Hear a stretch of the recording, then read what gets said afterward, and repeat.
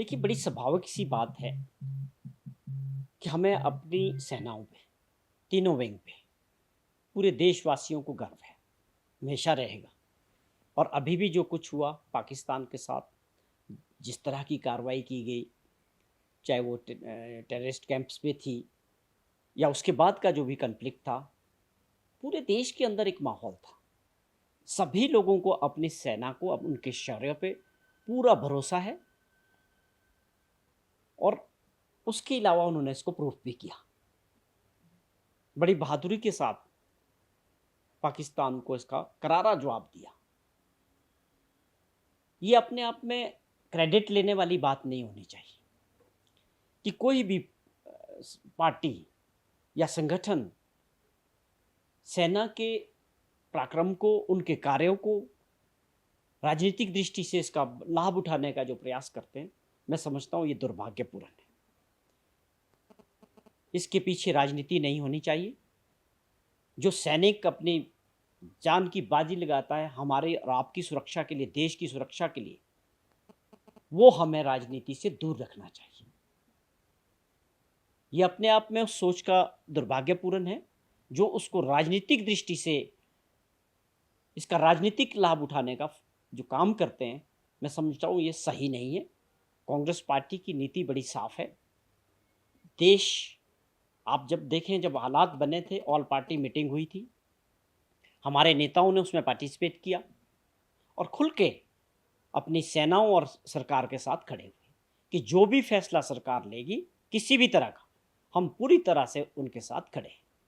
उन चीज़ों को ध्यान में रखते हुए जो सरकार सत्ता में है देश के अंदर, उनको इस चीज़ का एहसास होना चाहिए कि पूरे देश के लोगों ने, पूरे देश की विपक्षी पार्टियों ने, सब ने एकजुट होकर उस वक़्त जो है देश के साथ और सरकार के साथ खड़े हुए।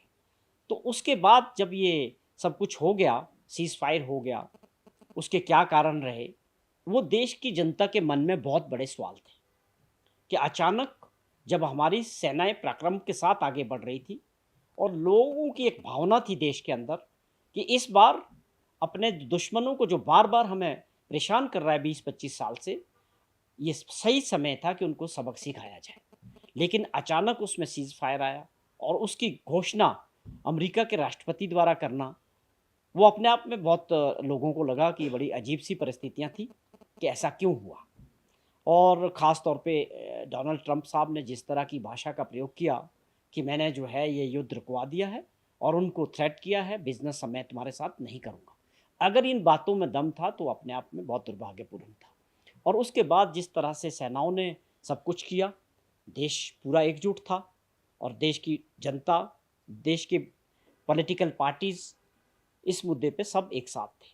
और उसके बाद अगर अब आप इसको जो है राजनीतिक दृष्टि से इस कार्यक्रम को करना चाहेंगे, तो मैं समझता हूँ वो आने वाले समय के लिए ठीक नहीं है। जहाँ तक हमारा जय हिंद सभा का सवाल है, ये पूरी तरह से अपनी सेनाओं के लिए डेडिकेटेड है कि जिन्होंने जो शौर्य दिखाया, उनके साहस के लिए और उनके पराक्रम के लिए ये कार्यक्रम कांग्रेस पार्टी पूरे देश के अंदर करने जा रही है।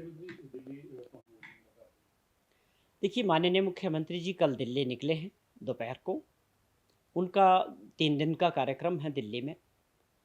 नीति आयोग की बैठक है और माननीय प्रधानमंत्री जी उसमें पार्टिसिपेट करते हैं और प्रधानमंत्री जी का टेलीफ़ोन भी आया था मुख्यमंत्री जी को, उनसे भी मुलाकात करेंगे। और उसके अलावा जो उनकी मिलने की है 16th जो फाइनेंस कमीशन है, उसके साथ भी बात करेंगे। और आप समझें जो एक हालात बने हैं देश के अंदर, और हिमाचल प्रदेश में भी एक आवाज़ उठ रही है बार-बार कि तुर्की से जो सेब आता था, जो आयात हो रहा था सेब हिंदुस्तान के लिए, उसको लेके एक हिमाचल प्रदेश में आम आवाज़ उठी है। बहुत सारे संगठन और लोग जो इस कार्य से जुड़े हैं, वो माननीय मुख्यमंत्री जी से मिले भी हैं पिछले दिनों। सबका एक आह्वान है कि हम उनके साथ जो है सेब का जो इम्पोर्ट हो रहा है वो बैन होना चाहिए।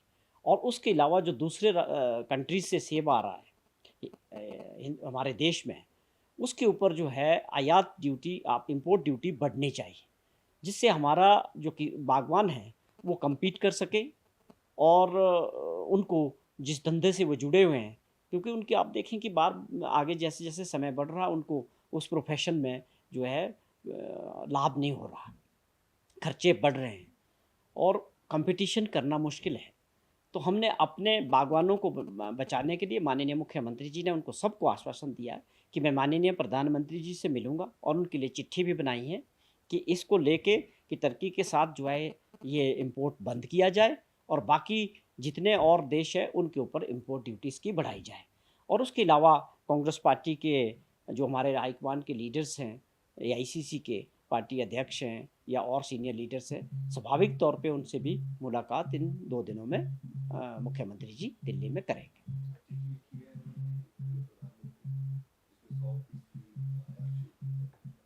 देखिए चिट्ठी भी बनाई है और मिलने भी जा रहे हैं और उस चिट्ठी का जो एक प्रयास है वो ये है कि इसको जो है टर्की के साथ तो बैन किया जाए और बाकी नेशंस आप समझें कि ऑस्ट्रेलिया, न्यूज़ीलैंड, अमेरिका बहुत सारे देशों से जो है सेब आयात होता है।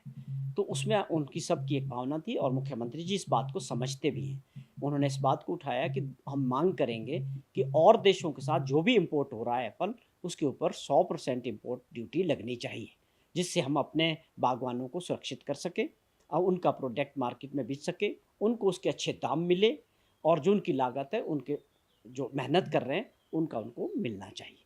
तो ये प्रयास मुख्यमंत्री जी का रहेगा, उसके लिए उन्होंने चिट्ठी भी लिखी है और पर्सनली भी वो जाके इस बात को, इस मुद्दे को उठाने वाले हैं।